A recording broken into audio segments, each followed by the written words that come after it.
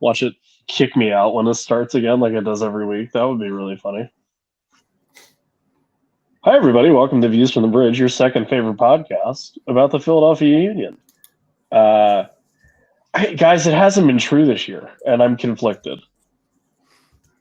So I think I'm just going to say mathematically proven to be most of the time your host of this podcast in its entirety over the course of, the however long we talked about it before. We've been doing this, which is far too long. Evan Vallely here. Hi, good to see you.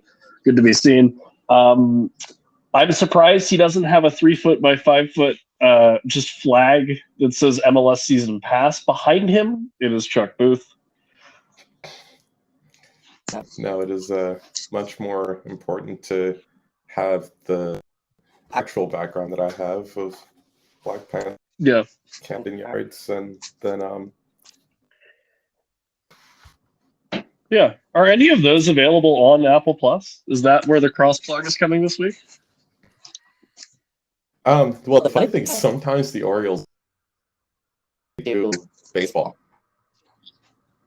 I see. I don't know. He can commiserate about me trying to find places to move coming up soon as Justin Ashcraft. What?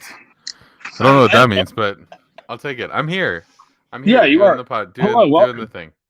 Yep, back doing the thing. Hey, we'll get into it. Philadelphia Union 2, Chicago Fire 2. I hate playing with a soccer team so much.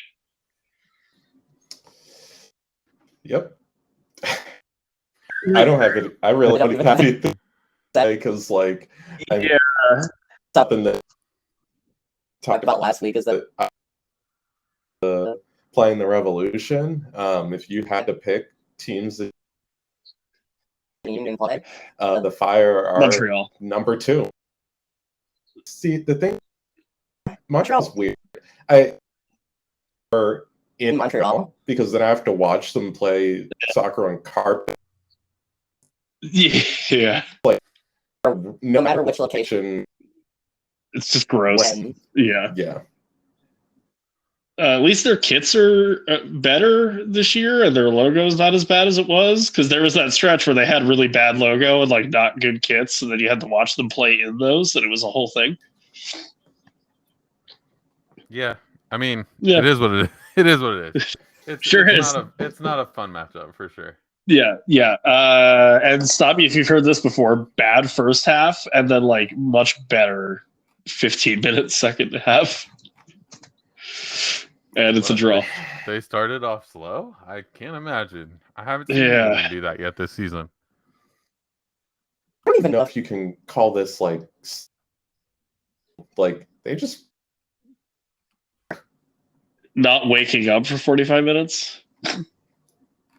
And the time zone change really got to him. And it's just these early goals, the worst defending that you can possibly I just really am and even with the fact here we seem to just be really pushing home the point that a backup left back should have been purchased for Kai Wagner. While we did expect him not be available leaving, not being available because of injury is just showing how much he means to that entire. Yeah. I don't know if I necessarily agree with that assessment. In the second half of this game, I thought Matt Real was a little bit better than Carriel was on that side of the field. But that's not saying much. I mean, it's not enough compared to what you get out of Kai Wagner. I mean, that I understand. I just think Matt Real wasn't bad in the second half of this game. No, definitely. I wouldn't say that. But usually the thing between them is the better presence, but clearly that wasn't happening in the first half because generally if you're playing a team that's not the Chicago, if Matt Riel is out there, then out there. We've seen just how that can potentially be an issue too. Yeah. Correct. Yeah, I mean it's tricky because like it's hard to even kind of value like replacement level players or what have you when you're replacing Kai Wagner, which is extremely difficult.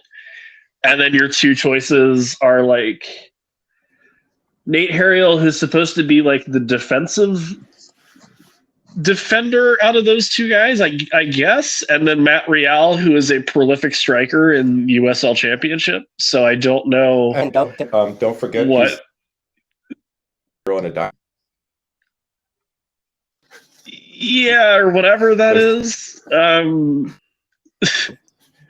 Yeah. Also, it's just the day. It's not their fault because look anywhere and you look to the best 11 caliber center back. Just are not doing that right now with each other when they've been doing that's playing every minute of MLS together. Yeah. Yeah, I mean, the first goal, I think you gotta, whatever. It's hard to chalk what happened on their first goal up to anything other than luck or something. Yeah. I mean, you got to get yourself in the position to shoot, but when the ball takes as wicked of a deflection as it did, there are very few keepers, if any keeper in the world, who's going to save that. As much as we want to rate Blake, it's still a very wicked deflection. But it didn't. It's until the second half, the Union just had no response. So I just don't know what to make of that. I'm interested to see what it looks like now that they're not playing this Wednesday. Yeah. Sure. They kind of get a full week. You can rest a little bit. And then you get Toronto. It's kind of a gross little set of fixtures towards the end of the month, but maybe a slight rest before kind of right back into the fire is going to do a little bit of good, but I don't know why you come out and you consistently look that flat all the time in the first half, and I don't even know what you would even like it's one of those things where I think we've all been in positions, this is like soccer as it applies to real life, I guess, where you have the people in your life, or you had the people in your life that complain about something, and then you see that there's ways for them to fix that, and they just don't take them. And so you're just kind of left going, oh, okay, yeah, that's fine. And the Union feel like that, but as a soccer team, where it's there's no way that you guys can't get up for a game like this. Or what? I mean, I guess my criticism for the team for a while has been you can't get up for the big game, but you have, plenty of verve and sort of passion to get up for the regular season. So I don't know what's happening. If it results in stomping LAFC over the course of 2 legs and a little bit of revenge for the Champions League, I'm not mad about it, but it's been very strange that I guess MLS was like, we'll expand the playoffs. And then the Union went, we're not going to try as hard. And that seems to be the course of action so far. That also just seems to be for most everybody top teams. Yeah. Because it's realistically LAFC, who just basically every other team. It's basically you're basically looking at didn't make the playoffs last season, and Cincinnati as the top of the conference. Which kind of makes sense, just even based on who needs these early regular season really go their way, who's actually in right now. In a way, what teams are going to be like really getting into open. So like the Union are still just a weird spot because like obviously if they win or even like lose very narrowly to LAFC, then as long as they go on a run starting like May 6th against Red Bulls, this entire stretch. But yeah. they lose badly after that, and we're looking at like Charlotte at the end of that, like in the upper half of the East, where you're pressing the panic button. Yeah, it's interesting. Yeah, kind of balancing all the competitions, right? I guess frustrated me against Chicago is they showed they could do it in the second half. Like they came out a totally different team in the second half, and I don't think it wasn't as pretty as the soccer we've seen over the past 2 seasons, but I mean it wasn't ugly soccer either coming out after halftime. And I mean, very legitimately, they could have gotten a third goal at some point in the second half and ended up winning the game. But I think you want to see that fight or you want to see that drive from the start of the game. And but you're right, Chuck. I mean, there's a lot of time left in the season. You also have, so many teams making the playoffs. You don't really have to, worry too much about where you are in the table at this point in time. You hopefully have a summer transfer window where you pick up a third striker who can actually score. You have some time to figure this out, whether it's just playing better or it's making some transfers and figuring out your players from there. Overall, it wasn't a bad second half of the game, though. I mean, you do score 2 goals, and yeah, It's a really good to have Julian back. Yeah, it's a good time to be Julian Carranza because, good lord. And then hey, not to be like this is like the 4th year of being like, what if Alejandro Bedoya didn't start every game? But what if Alejandro Bedoya didn't start every game? What if just like what you get out of, and I mean it's you've seen this for like 2 years, and I get it. There's got to be some kind of like, you're obviously not going to say this to the captain because then you're going to have to basically make Dre or Kai or Jack or Jakob or Jose, I guess, would probably be the most sort of, this guy makes sense because he's a nightmare captain. But like, you'd have to kind of give someone the armband for the first 60 minutes or whatever of a game. But like, you're getting so much more creatively out of McGlynn and Sullivan right now. Like, I don't know. And not that Bedoya can't hit passes, he's just not doing it. And I don't know. There's a whole lot there, but it's just like, you look at the second half of that game against Chicago, and it's like, well, there's a theme here. Yeah, I mean, Bedoya popped up in some nice spots in the second half, though. Yeah, well, Bedoya's of his best creative season ever.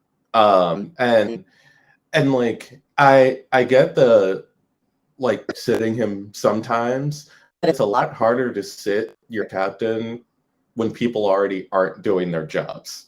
Like if the defense and everyone on the pitch were doing what they were supposed to be doing, this top of the East right now, but then entertain like sitting the person who, no matter what, like, get every second that he's on the pitch, like, no matter how badly. Yeah, it would be one thing if it was one guy that was bad. Yeah, and it like have to sit him at this point.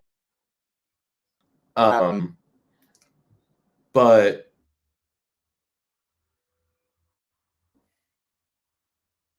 to needing to sit Mikel Ura.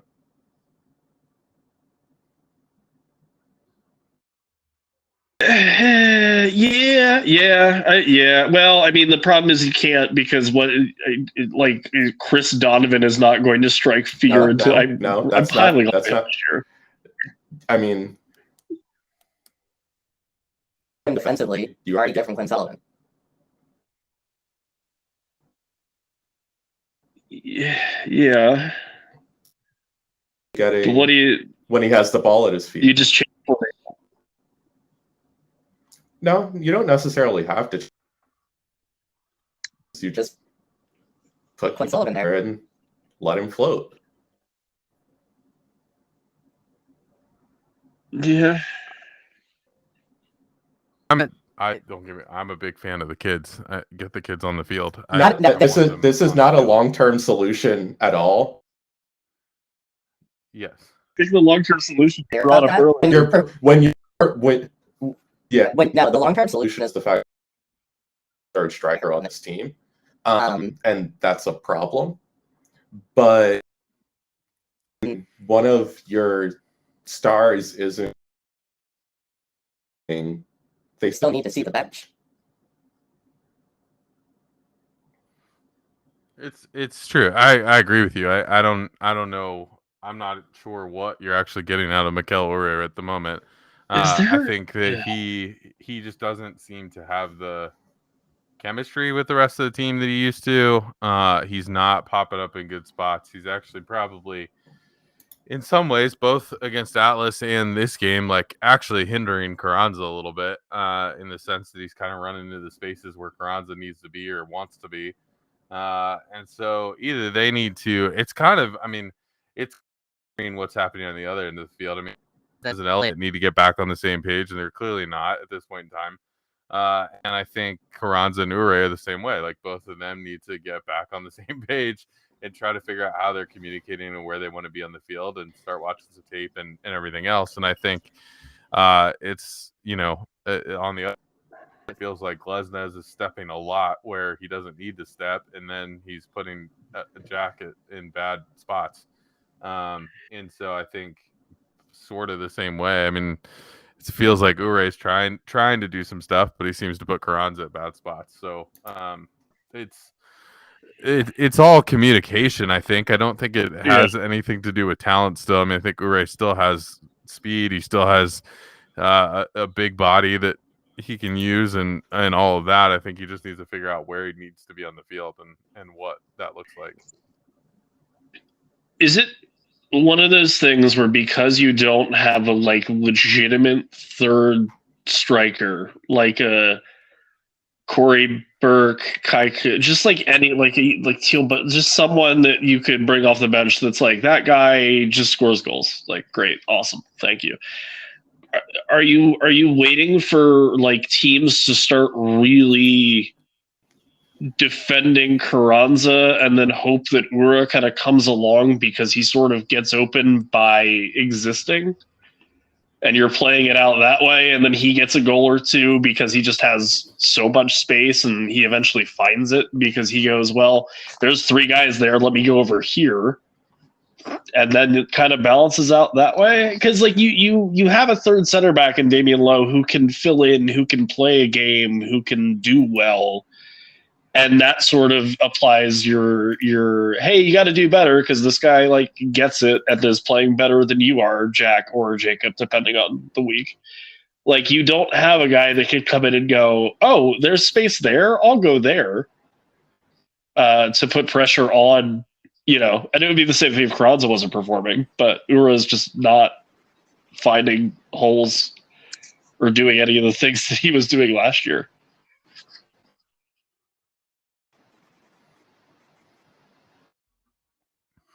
some of it is you trust your players, and you say, okay, we'll keep putting you out there. You got to figure it out though at some point in time. Well, but like I guess Chuck's right in that Quinn Sullivan's your other option, but like you don't really have an other option.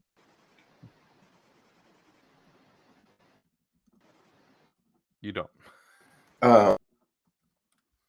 You technically do. Your option has worked like 2-ish times out of like 6 in.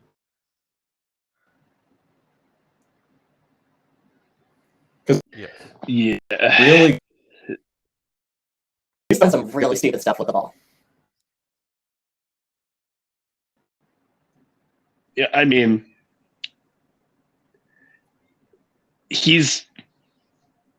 I don't think he has the frame for what they'd like to do with their forwards, which is like fine.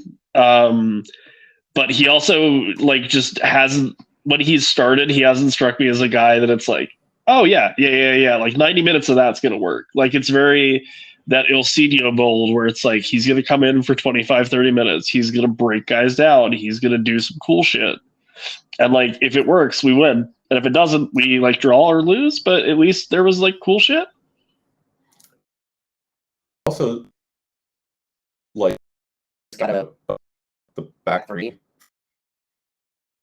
because you just need those extra defenders for when he inevitably loses the ball and it goes the other way, because like that's the kind of cleanup work that Damian Lowe is. And I mean, this Chicago game potentially looks just coming back from injury, because I do think that we're at a point where he's going to start some pretty important games over Jack Elliott.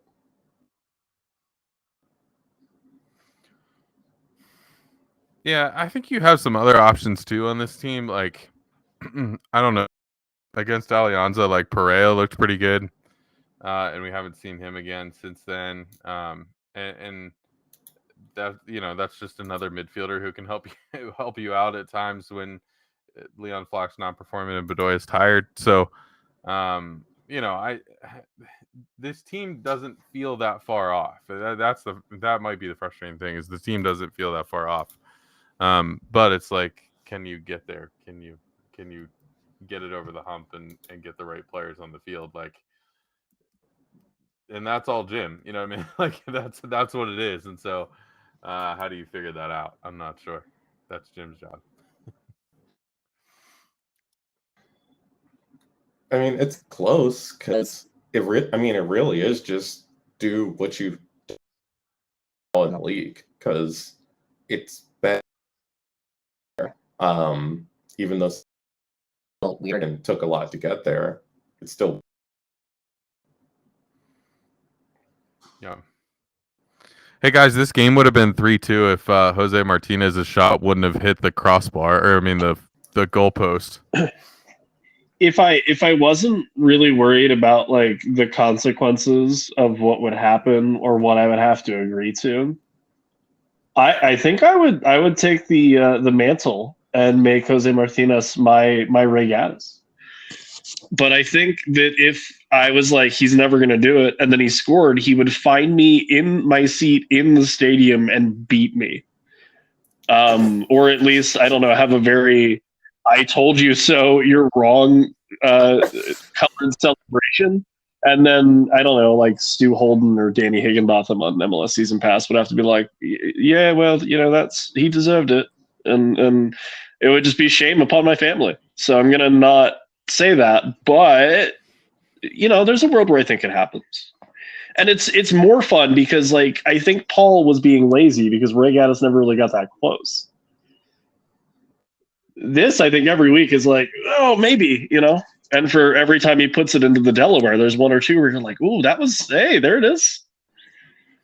I think that's what he was doing on this shot this weekend, is he was aiming for somebody in the River End who has slandered him online.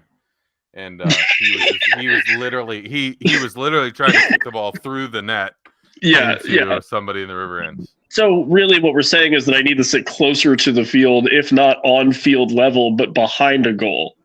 Yeah, exactly. And then just kind of with it. pray that I don't die. Or, I mean, it's for the better of the team, honestly. And at that point, it wouldn't be in vain. Only if it's a big game. Like, we're talking like Champions League final, Open Cup final, MLS Cup final. I don't want to get obliterated into the sun by a soccer ball for like a 3-1 win over who sucks, San Jose or something. I'm good. Well, San Jose anymore. Can't say Houston. I like their coaching. So, one guy. The rest of them, whatever.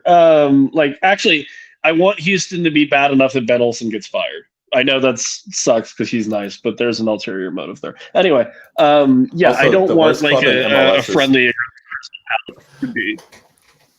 Yeah. It's pretty easy to pick on Montreal or Sporting. Sporting. But Sporting. So not Sporting. Anything else is fine. Nice. Is he gonna hear that? Do you think? Like, am I gonna die? Am I okay? I think you're fine. All right, great, good. I wouldn't be surprised if like he has someone who just like relays like to pump him up ahead of a game. Who does he? Is Jose Martinez a vanity Twitter search guy? But I don't think he's doing it himself. But like, if he goes out, people are like, "Oh, hey, someone said this about you," and then he just kind of broods. I don't think so. I like this. This is that's just what comes up to go tackles every game. It's just imagining. Yeah. He doesn't solve stuff. He gets angry. Yeah. He has like or Brandon Craig. Like, hey, can you look up my name on Twitter like before the game and like bring me a printout of everything everybody said? Yeah. Like, it's part of his personality that he's just very offline, and it's weird for other people. Like, he's like, hey, Anton, can you look on TikTok and see if there's anything about me on TikTok? Jose Martinez is just like technologically illiterate, I think, is the trade-off. He's like very good at soccer and like kind of stylish and gets it, but just like can't navigate a phone to save his life. So he's just blissfully unaware. Jose, do you have a Snapchat? What's a snap? A snap? What am I snapping? Yeah. Didn't step on that guy's ankles last week. No. Snapchat. No, never mind. Snapchat. It's the whole thing. Good. Toronto, right? This weekend. Yeah. Well, they're Italians now, so that's cool. Well, one of them did come back last week or this past weekend. Yeah. I'll take a 75% Insigne. Yeah, that's fine. I mean, they're bad. They're bad with or without. Like it be a game that. Like every other game this season, it should have been a game that you didn't win. Yeah, it's just like their defense in midfield is bad. So maybe this is the week to not say Ure. Like, see if you can get back on track. It's definitely a play it out week. I would be like, you don't want to like have to wait until you roll like Charlotte FC, in like 2 months to like get back on the we're good at this again wagon. Like you want to put someone just to the sword soon. And you do at least have the home games separated by 4 days. Yeah. So at least starters playing 60 or so shouldn't be an issue.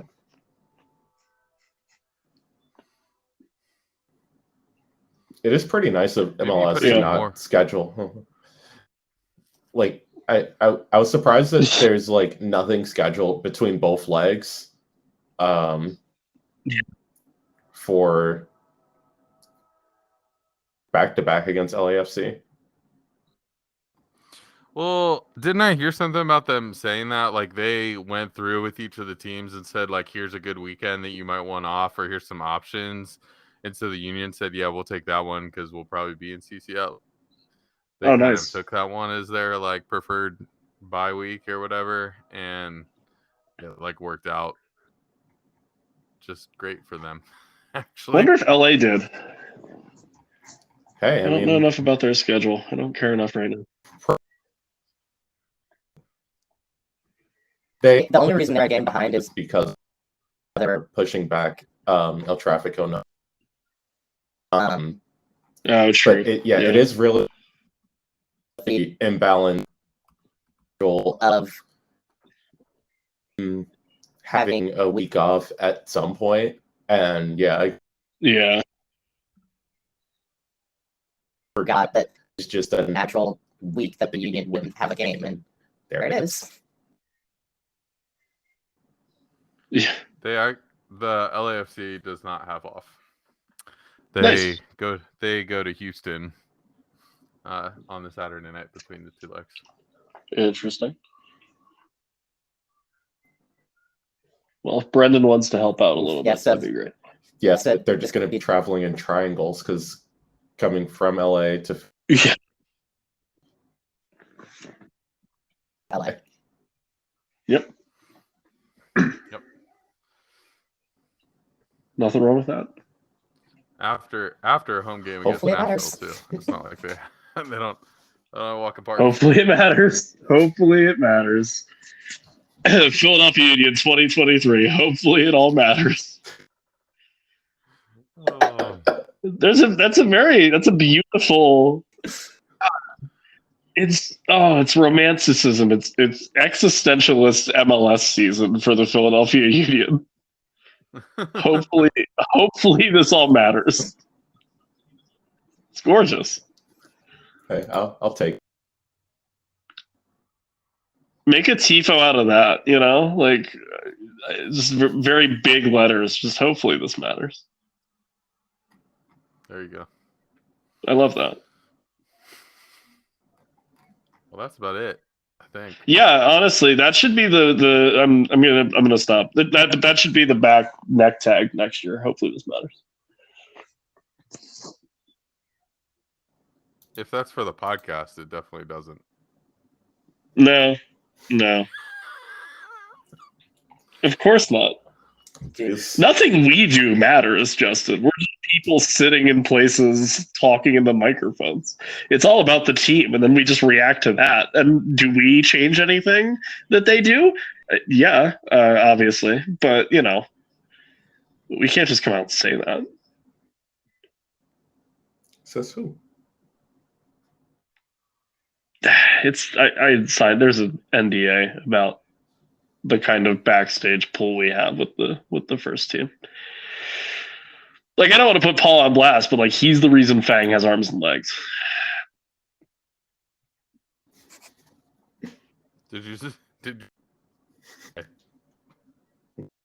No, because it was about Paul, it wasn't about me. I haven't explicitly said what I do yet for the team. I'm getting there, that'll be next week. It's a little teaser for the podcast. Got to keep them coming back. So come back next week to hear Evan's first team. Mm-hmm. It rhymes with Schmingers. Got to get more of those in the team. Taking over. At TV Pod, let us know if we can fix podcast. Yep, sure does. Yep. Yeah, so we're going to do that. Talk to everybody next week after we beat Toronto's 17 Italians.